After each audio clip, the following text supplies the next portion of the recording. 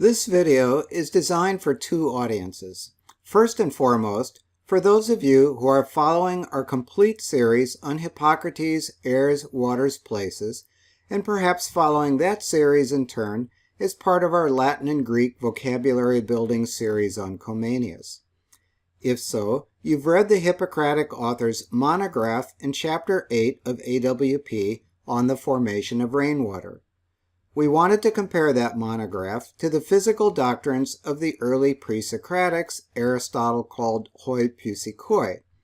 We'll make that comparison in the following video after providing you this video as background on the Presocratics themselves. However, despite the occasional reference to AWP and to Comenius, this video can serve as a standalone introduction to the study of the Presocratics. Underline to the study of. It is not about the thought itself of the individual Presocratics. You won't find a discussion of what Hippolytus meant by panta re. Instead, it is an introduction to what you need to know if embarking on a Greek-based, non-superficial study of the Presocratics. For the student of Presocratic philosophy, the most important thing to understand right off the bat is that unlike the volumes of extant dialogues of Plato and treatises of Aristotle, the only evidence for the Presocratics are sporadic quotes, paraphrases, and descriptions in later authors. In a word, fragments.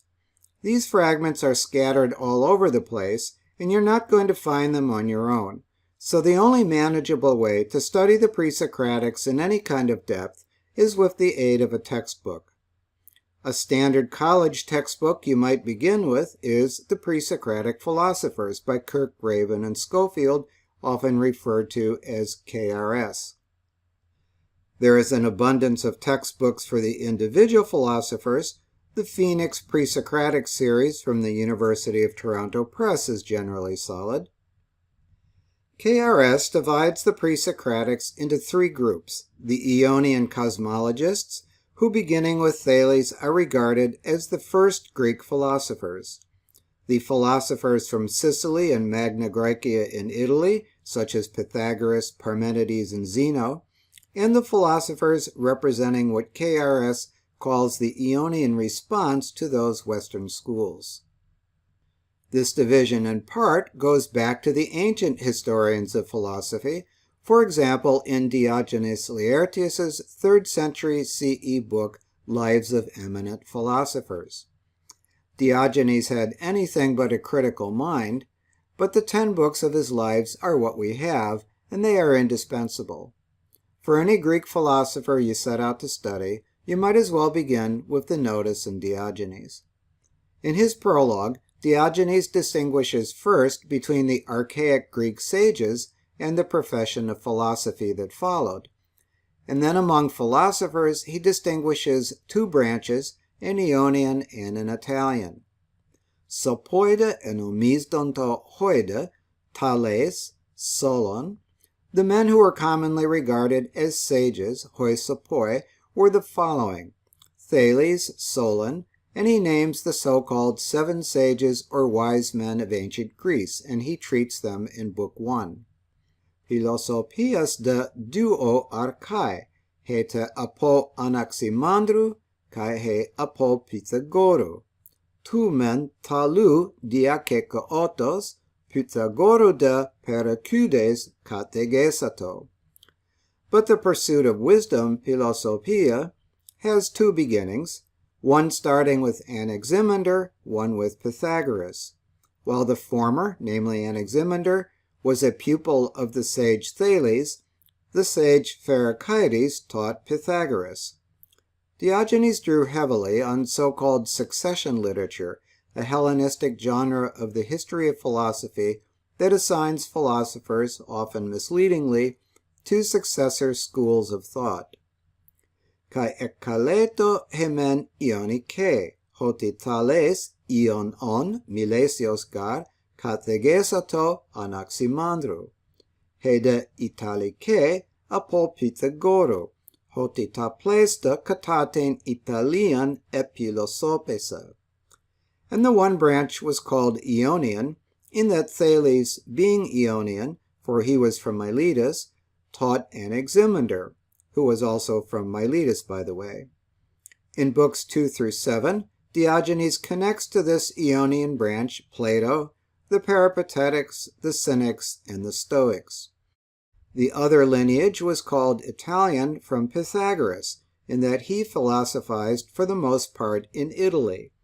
Pythagoras was born on the island of Samos, but he migrated to the colony of Croton in Sicily. Diogenes covers the Pythagoreans in Book 8.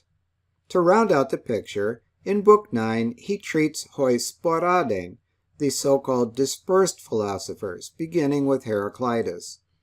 And Book 10 is a special book about Epicurus.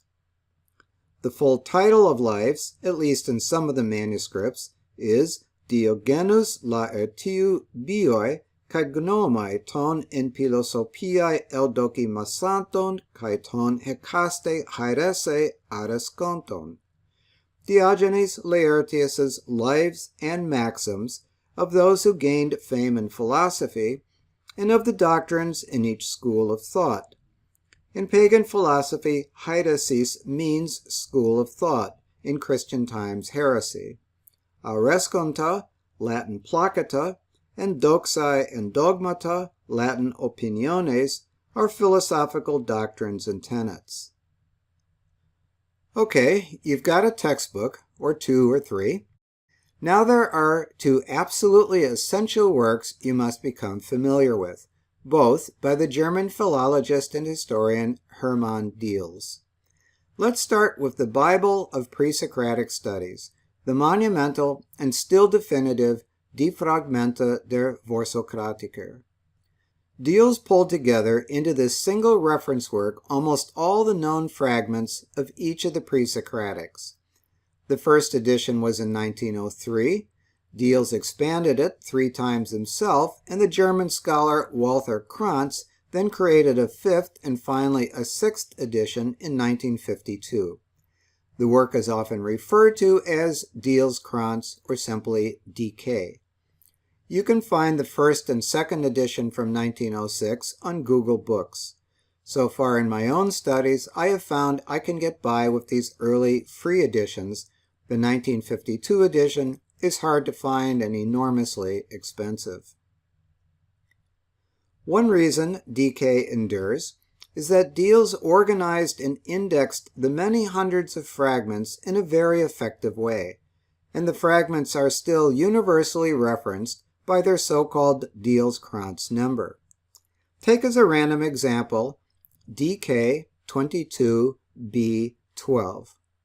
Diels arranged the philosophers, mostly chronologically, and assigned each philosopher a sequential number, and that number is also the chapter number for that philosopher.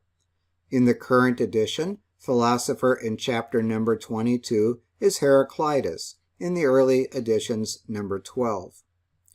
For each philosopher, Diels distributed the fragments into 3 groups, A, B, and C. A are testimonia, accounts of, first, the philosopher's life, and second, doctrines. In many cases, by the way, A1 is simply the relevant notice from Diogenes Laertius. B are verbatim quotes, the fragments proper. C are imitations, that is, works that take the author as a model, but there are very few instances of C. The number after A, B, or C is the sequential number within that group.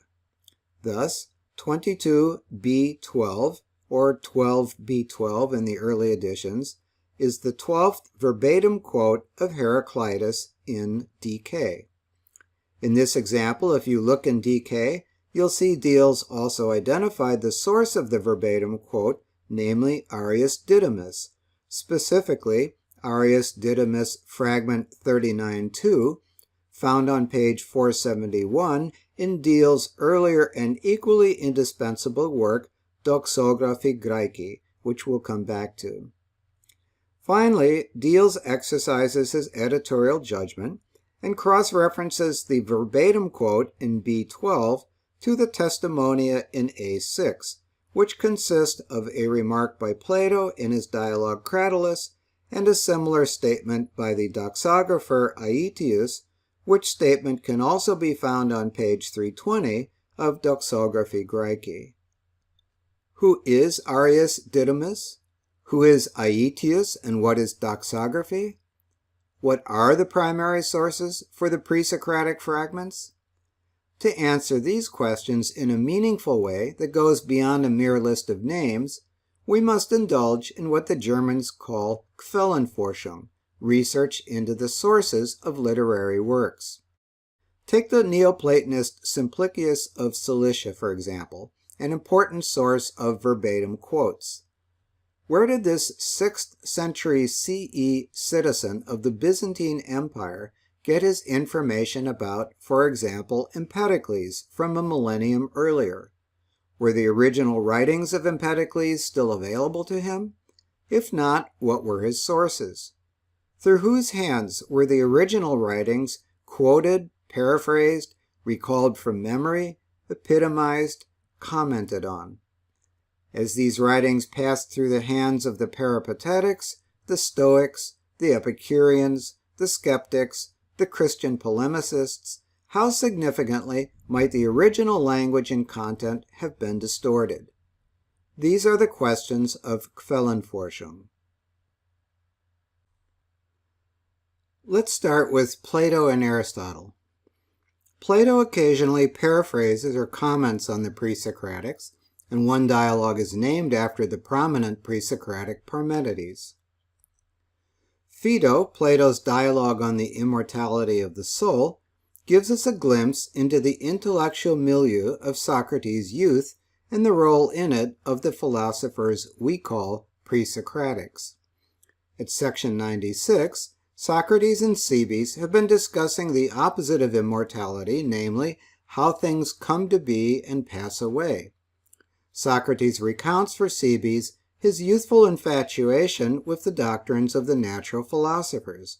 Egogar epe o kebes, neos on tamastos hos epithumesa tautes tesopias, hende kalusi peripuseos historian. You see, Cebes, when I was young, I was remarkably keen on the branch of knowledge that they call the investigation of nature. Socrates' recollection that follows of his early influences is an important source, of course, especially since it is only, so to speak, a century or so removed from the pre-Socratics themselves. Naturally, however, the suspicion is that Plato is sometimes going more for amusement than accuracy. Aristotle gave more serious attention to his predecessors than Plato. It was part of Aristotle's methodology to do a formal survey of prior opinions on the subject at hand, and in the first book of his Metaphysics, he provides a critically important survey of the Physiologoi. Here's part of it, but you should read the entire section. Ton de proton philosopesanton hoi pleistoi tas in hyles ede monas oetesan arkas enai panton. Most of the earlier philosophers conceived only of material principles as underlying all things. Arche is an important word in Aristotle's physics, and in English it is usually translated as principle. Hyle is another important word. In Comenius' Plants, you'll learn its meanings forest and wood. Here in its philosophical sense, it means matter, Latin materia. You learn this usage at the very outset in Comenius. Hod theos ex hes kathaper tinos hyles tas tises somatikas diaschematise. Ex hu gar estin hapantata onta, ca ex hu gignitai protu ca es ho theretai teleotaion, tutos stoikeon, kai tauten archen pasin enai ton onton. That of which all things consist, and from which they first come into being and into which on their destruction they are ultimately resolved, this, they say, is an element, stoikeon, and this the principle, archein, in the case of the physikoi, the material principle, of existing things. kai dia tuto ut gignestai uden oiontai ut apollustai hostes toiautes pusaos ae sois domenes. Hence they believe that nothing is either generated or destroyed, that is, ex nihilo, since this kind of primary entity, physis, always persists. Of course, if you are Aristoteles philosophi studiosissimus, you'll try to figure out what the difference is between stoikeon and arche and physis. In any case, Aristotle continues, Degar enaitina physin, emian epleus mias, ex hon gignitai tala sois domenes ekenes. For it is necessary that there is some one entity, or more than one, from which all other things are generated, while that entity always persists. To mentoi pletos, kai to eidos tes toiautes arches, uto auto pantas legusin, ala tales men hotes toiautes archegos philosopias hudor enaipesin. All the Pusicoi, however, are not agreed as to the number and character of these material principles, but Thales, on the one hand, the founder of this type of philosophy, referring to the Ionian material monists, says the permanent entity is water. Anaximenes ta aera kai Diogenes proteron hudatos, kai malist archen titheasin ton haplon somaton. But Anaximenes and Diogenes held that air is prior to water, and is of all corporeal elements most truly the first principle. Hippasos de Pyr ho metapontinos, kai Heraklitos ho epesios, Empedocles de ta tetara, pros tois eremenois gen pros tites tetarton. Hippasus of Metapontium and Heraclitus of Ephesus hold this of fire, and Empedocles all four, adding earth as a fourth to those already mentioned. If you're going to study the Presocratics, this passage in Aristotle is, in its entirety, a must-read. However, Aristotle may also, to some degree, have distorted the views of his predecessors by force-fitting them into his own physics framework, a framework that passed on down to the Middle Ages and the Renaissance and hence Comenius, and that should ring a bell with you. For example, from the Janua Periton Stoikeon, and from the Orbis Pictus hoc Cosmos. Take note that in the Orbis Pictus slide, we introduced you with great prescience to the doxographer Aetius. Plato and Aristotle mostly provide us with a material, very little by way of verbatim quotes, which is too bad considering their relative proximity in time to their predecessors and the likely availability still of many of the original sources. Once we get past Aristotle, things get very iffy. There may have been more verbatim quotes in the work of Theophrastus, Aristotle's student, companion, and successor at the Lyceum in Athens. Part of the program there was to write accounts of what had by then become specialized branches of knowledge, such as theology, astronomy, mathematics, and medicine, and it fell to Theophrastus to write the account of natural philosophy. According to an inventory of Theophrastus's written works in Diogenes Laertius, Theophrastus wrote a 16-book work on Psychon doxon. The original title of this work in the nominative case was thus, according to Diels, Psychon doxai, Tenets of the Psychoi, or natural philosophers. Unfortunately, Theophrastus's Psychon doxai is lost. But Diels, in DG, posited this work of Theophrastus as the archetypal source for a wide variety of writers down through many centuries who, for their different purposes, reported on the tenets of the pre-Socratic philosophers in the form of thumbnail declarations called doxai. Diels came up with a neologism for these writers, doxographers, and the term stuck. Many of the testimonia in DK, though by no means all of it, come from Diels' doxographers, So let's have a look at this important source stream for the Presocratics.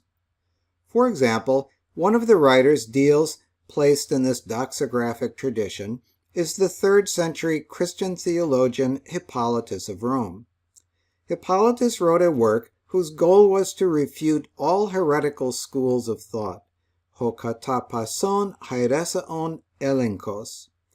To disinfect with sunlight what he characterized as the secretive beliefs and rituals of the heretics, Hippolytus wanted to show where they got their ideas from. Thus, in Book 1, called the Philosopoumena, Things Philosophized, he identifies the ancient natural as well as ethical and dialectic philosophers and reports in summary fashion what each believed. Tina ta doxanta tois physikois philosopois kai tines hutoi. His enemy is the heretics, not the ancient philosophers, and he reports these without bias. He bookends, for example, his paragraph on Anaximander, found on page 559 of DG and later as fragment A11 in DK, with the identification Talou toenun Anaximandros ginetai akroates, Anaximandros praxiadou milesios. Now Anaximander was the disciple of Thales, Anaximander, son of Praxiadas, Milesian. And at the end, houtos egeneto kata etos triton tes tessarakostes deuteras olympiados. Anaximander was born in the 3rd year of the 42nd Olympiad. And between these meager biographical data are ta doxanta. Houtos archaen epe ton onton pusintina tu aperu, ex hes ginestai tus uranus kai tus enautois cosmos, tauten de aidion kai agera, hen kai pantas perieken tus cosmos. This philosopher said that the material principle of existing things was some nature coming under the heading of the aperon, the boundless. From this principle, the heavens and the worlds in them came into being. He said this nature is eternal and unaging, and it also surrounds all the worlds. He goes on to say that Anaximander was the first to use the term arche in this sense of principle, and beginning with the heavens, Hippolytus gives us in doxographic fashion Anaximander's explanation of time, motion, the origin and nature of the earth, the stars including the sun, the moon, their eclipses, animals, man, winds, rains, lightning bolts, etc. If you're making a study of Anaximander, kosmoi in the plural here may have caught your eye. Did Anaximander believe in innumerable successive or coexistent worlds? Cicero, according to Deals, also drew on this doxographic tradition. On DG page 531, reproduced as Anaximander fragment A17 in DK, Cicero in the first book of De Natura Deorum says, Anaximandri autem opinio est, nativos esse deos longis intervallis orientis occidentisque eosque innumerables esse mundos. To this report of Anaximander's opinion, Cicero comments, sed nos deum nisi sempiternum intellegere qui possumus. Notice 2 things about these example doxae. The philosophers' arguments are not reported, just their conclusions. Second, and related to that, when the doxographer reports such and such a tenet, we usually know something about the doxographer's context for so doing, but nothing about the context in the original writing of the philosopher. It's time now to consider Aetius, the most important figure in Deal's doxographic stemma. But first to note this, Deal's Doxography Graeci doesn't just contain the relevant writings of the authors Deal's considered doxographers. It begins with 263 pages, in Latin, of prolegomena in which Deal's meticulously details his arguments for the interrelationships he posits between these sources. That's Quellenforschung. Of course, I haven't, and you're not likely to read much of this, so besides the textbooks I've mentioned, let me suggest for what follows an excellent article by Jaap Mansveld on the Stanford University Encyclopedia of Philosophy site. The nucleus in Diel's doxographical stemma is Aetius's peri adesconton xynagoge. Now, no such work has survived. We wouldn't even know of its existence and of the name Aetius, save for some citations in Graecarum Affectionum Curatio, Cure of the Greek Maladies, a work by the 5th century Christian bishop Theodoret, a work whose goal was to use Greek philosophy to prove the truth of the gospel. Are you appreciating the irony that it is from inimical Christian authors that we learn so much about early Greek philosophy? However, there is an extant work among the manuscripts of Plutarch called Peri ton Aresconton Philosopois Psychon Dogmaton, often simply referred to as Placata. Today, it is not regarded as actually having been written by Plutarch, hence Pseudo-Plutarch. Also, within mostly the first book of the multi-volume collection of extracts from early Greek authors on miscellaneous subjects compiled by John Stobaeus and called the Anthology, there are extracts of the Presocratics under the heading Eklogai Psychai. The frequently identical language in comparable passages of these two works had led earlier scholars to the easy conclusion that they were both abridgments of a common source, and Diels identified that source as the work of Aetius cited by Theodoret. But Diels went beyond that. By putting the Pseudo-Plutarch and the Stobaeus extracts in two parallel columns, he actually reconstructed, or purported to reconstruct, the original doxography of Aetius. Based on the Placata, Diels constructed this index of the 5 books of Aetius. In Aetius, the doxai are organized by named subject matter. The first book, beginning with the topic Ties de Pusis, is on first principles. The second is on the cosmos. The third on meteorology and geology, and it contains topics that bear on our Chapter 8 on rainwaters in AWP. The 4th and 5th books are on psychology, physiology, and zoology. Notice that some of the topics in these books, such as peri pathon somatikon at the end of Book 4, and peri hygeias, kainosu, kaigeros at the end of Book 5, concern medicine. I recommend you browse this index yourself, and the index of the first book of Stobaeus that follows in DG. These indices give an excellent insight into the multiplicity of problems that fascinated the early Greek philosophers. Also, if you're studying Comenius for vocabulary, the indices are a perfect complement to the chain of being kind of vocabulary you have been learning and will be learning in Comenius. Incidentally, there are at least 2 English translations of the Placata on the web, one from Adelaide University in Australia, and one on Perseus. I haven't looked at them carefully. They may be the same translation. As an example of the reconstructed Aetius, here is topic 4 from the 3rd book on meteorology. The subject heading, both in Pseudo-Plutarch and in its longer version in Stobaeus, consists of nouns for wet stuff. As a Comenius student, you're quite familiar with. For this topic, Pseudo-Plutarch passed on the doxai of Anaximenes, Metrodorus, and Epicurus, Stobaeus those 3 plus Anaxagoras and Xenophanes. In the overlapping cases, you'll notice the language in the 2 works is identical or almost identical. Although some contemporary researchers are working on a revision of Diel's reconstruction, the bulk of the reconstruction and its underlying premise that the Placata and the Eklogai Psychai of Stobaeus go back to Aetius is largely accepted. In fact, many writers on the Presocratics simply refer to Aetius rather than Pseudo-Plutarch or Stobaeus. beginning with Diels himself in the Fragmenta, as we saw earlier in this example. Once we move beyond the reconstructed Aetius, though, certain other aspects of Diels' stemma are now considered dubious.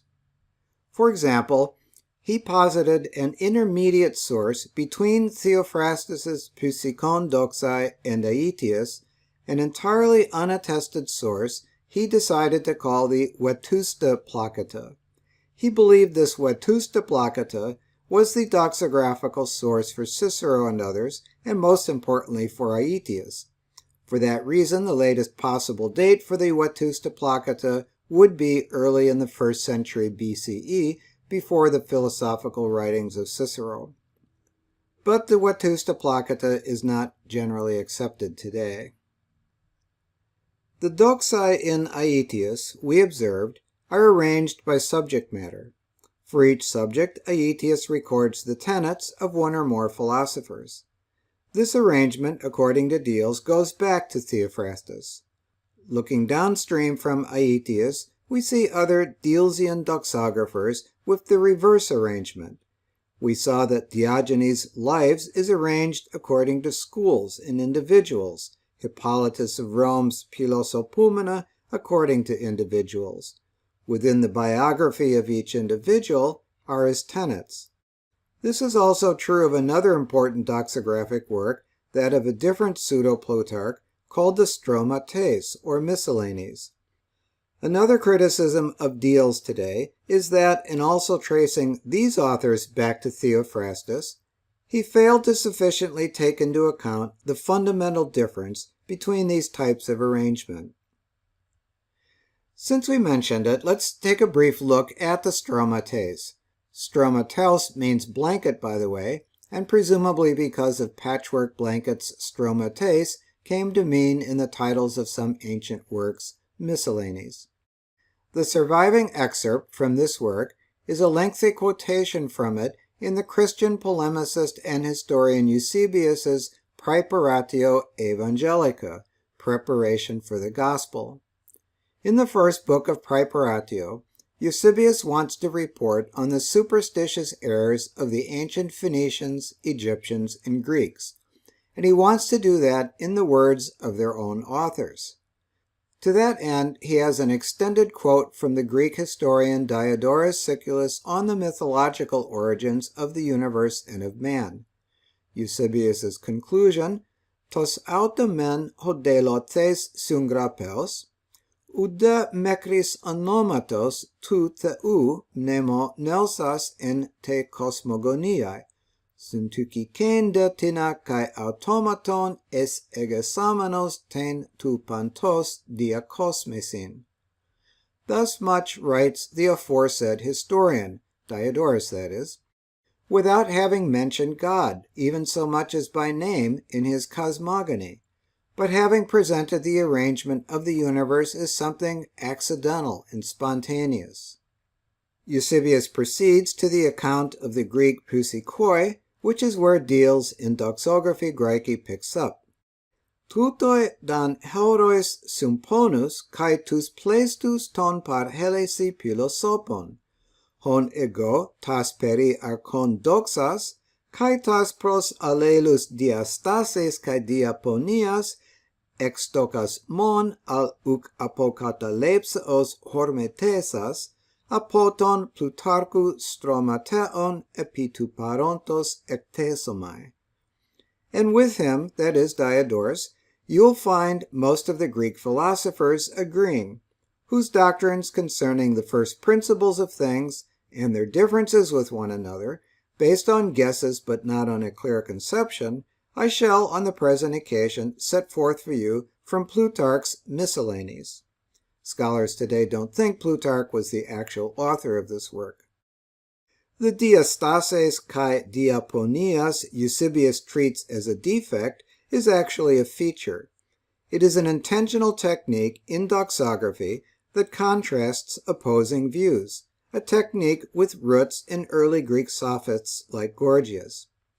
Anyway, as you can see, the pseudo-Plutarchian author of the Miscellanies proceeds in the standard chronological order Thales, Anaximander, Anaximenes, Xenophanes, etc., just as had Hippolytus of Rome. Again, a Christian polemicist has given us one of our important sources for the Presocratics. Here are all the authors, deals in Doxography Graeci included as placatorum scriptores. I checked off the ones we've mentioned in this overview. To summarize, after Plato and Aristotle, one of the primary sources of the Presocratic fragments in DK is a diverse set of writers whom deals in DG labeled doxographers. The fountainhead is Theophrastus's lost history Psychon Doxae. As reconstructed by Deals, an important post-Hellenistic transmitter of doxae to the later centuries was Aetius. Modern researchers, such as the Dutchman Jaap Mansveld and his Dutch-Australian colleague David T. Runia, accept the premise of this reconstruction and many of its particulars, but cast doubt on some of Deals' other conclusions. Runia calls doxae, quote, little packets or sound bites of doctrinal information. Being so compact, their organization is infinitely malleable. As such, they were adapted by different authors in different contexts. There is no single doxographical tradition. Mansfeld finds the origin of these doxae more in Aristotle's dialectical method and in Aristotle's works than in a work of history as we understand the word history by Theophrastus. This explains why in Aetius the emphasis is on the doxae, not on the philosophers who developed them. In fact, the original title of Theophrastus's work, according to Mansfeld, is not Psychon Doxae, Opinions of the Psychoi, as Deals had it, but Psychai Doxae, Physical Tenets, with the emphasis on the tenets. Besides Plato, Aristotle, and the doxographers, we need to mention some very important sources of verbatim quotes, that is, B material. Sextus Empiricus combined the disciplines of medicine and philosophy, and was an adherent of a branch of philosophical skepticism called Pyrrhonism. His work, Pros Mathematicus, Against the Professors, a title you may find delicious, or, if you're a professor, creepy, sometimes also called Pros Dogmaticus, Against the Dogmatists, is a rich source of quotes, most famously for having preserved the prologue to the poem of Parmenides said to be called On Nature. Amazingly, we have to go to one of the last pagan philosophers of late antiquity, the Neoplatonist Simplicius of Cilicia, for our richest store of verbatim quotes.